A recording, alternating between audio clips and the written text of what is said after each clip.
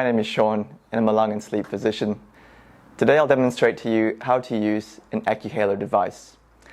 So currently there's only one puffer which comes in an Accuhaler device, and that's Seretide. So it's a purple disc device. It's important to note that Seretide actually comes in two versions. So this is the Accuhaler, which is a dry powder inhaler. There's also a metered dose inhaler, which is a pump or a spray. So this is specifically for the Accuhaler device. So when you're ready to use your device, there is a flap or a lid that you rotate to flip open, and you hear a click. And that's the nozzle with the mouthpiece, and there's a lever on the side of it. The device comes with a small dose counter on the side here, which tells you how many doses you have left.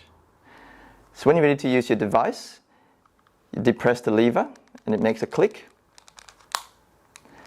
You exhale away from the device, and be sure not to blow into the dry powder, which will disrupt it. So you exhale away from the device, and then you put your lips around the nozzle and form a tight seal.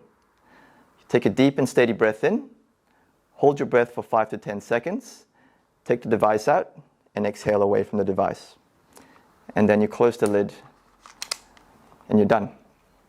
So I'll demonstrate to you how it's used.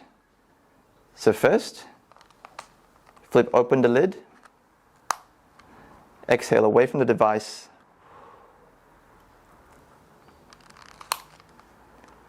so you push the lever down, exhale away from the device,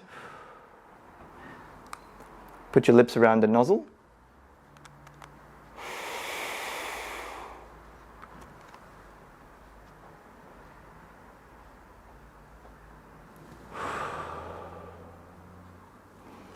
and you flip the lid back on.